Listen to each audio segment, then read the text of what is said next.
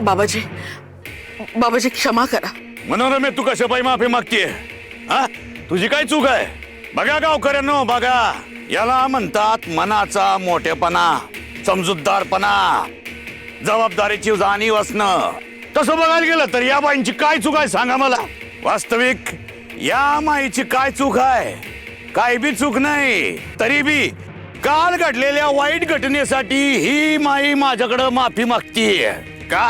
तरी आमची गुरु जिंगरोबांची निस्सीम भक्त हाय म्हणून। चूक तर हिच्या सुनेची हाय, त्या सकूची, आणि ती बी का तर तिच्यावर इट्टलाचं गारुड हाय। पण ते सगळ्यांना असं एकत्र भारावून टाकू शकतात का?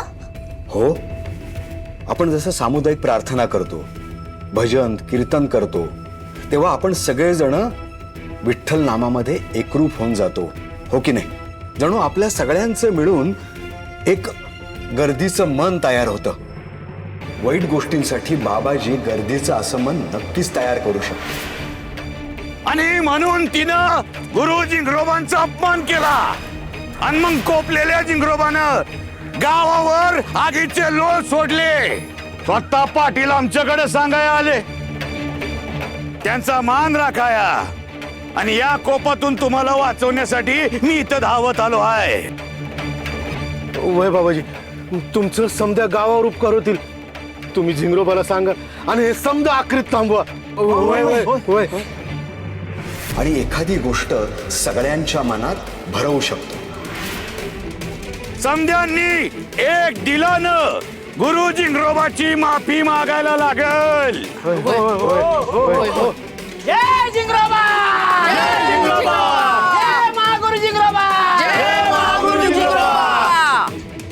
पाटील तुमचे मोरखे आहेत, माझे अन गुरु जिंगरोबांचे परम भक्त आहेत, म्हणून निवांत राहू नका।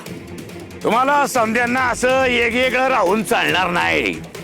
समध्यांना एक व्हावं लागेल, एकजुटीनं एकमेकांची साथ द्यावी लागेल, समध्यांचं मन एक व्हायला लागल।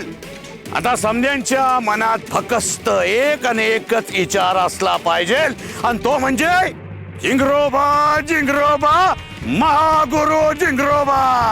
जिंगरोबा जिंगरोबा महागुरु जिंगरोबा, जिंगरोबा जिंगरोबा महागुरु जिंगरोबा। मग मामांजी, मला तिकडे जायलाच हवं। सासूबाई वंश तर गेलाच आहेत, त्याच्यासोबत गावातली इतर निष्पाप निरागस माणसं सुद्धा गेली असतील। मला त्यांना बाबाजींपासून वाचवायला हवं।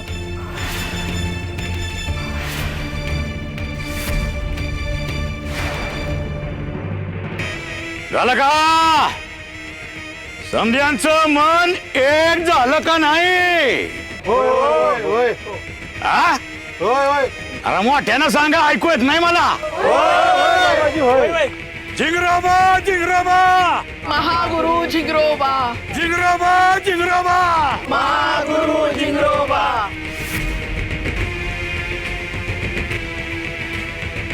आता आम्हाला हवंय ते यांच्या मनात भरवू शकतो। सगळ्यांचं मन एक झालंय, आणि गर्दीला कुठं असती अक्कल? आता आम्ही जे सांगू तेच हे समजे करणार।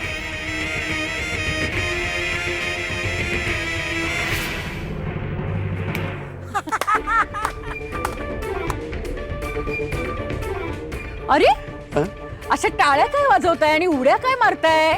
हा, शंभूबाई सुद्धा तुम्हाला पाहून हसतोय बघा।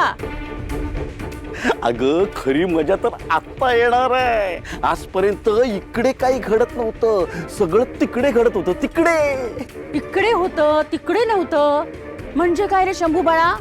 जरा काका आजोबांना म्हणावं, मला समजेल असं सांगा, म्हणजे मलाही समजेल आणि काकू आजीला सुद्धा कळेल। अगं वच्छे झिंगरोबाच्या माळावर अख्खा गाव लोटलाय, तिकडे बाबाजी आहेत। हो, पण तिथे जाऊबाई आणि यमुना सुद्धा गेलीये ना? अगं हो, पण फोडणीला खरा तडका आत्ता बसणार आहे। ती सखू गेली, ती बघितलं नाहीस का? हा, तोच तर फटाका वाजवायचा आहे। हो, पण ती कशी काय गेली? अगे दादाला विचारून गेली असणार. तिच्या मामांजींनी जर का परवानगी दिली असेल मग कसला फटाका फुटणार? हा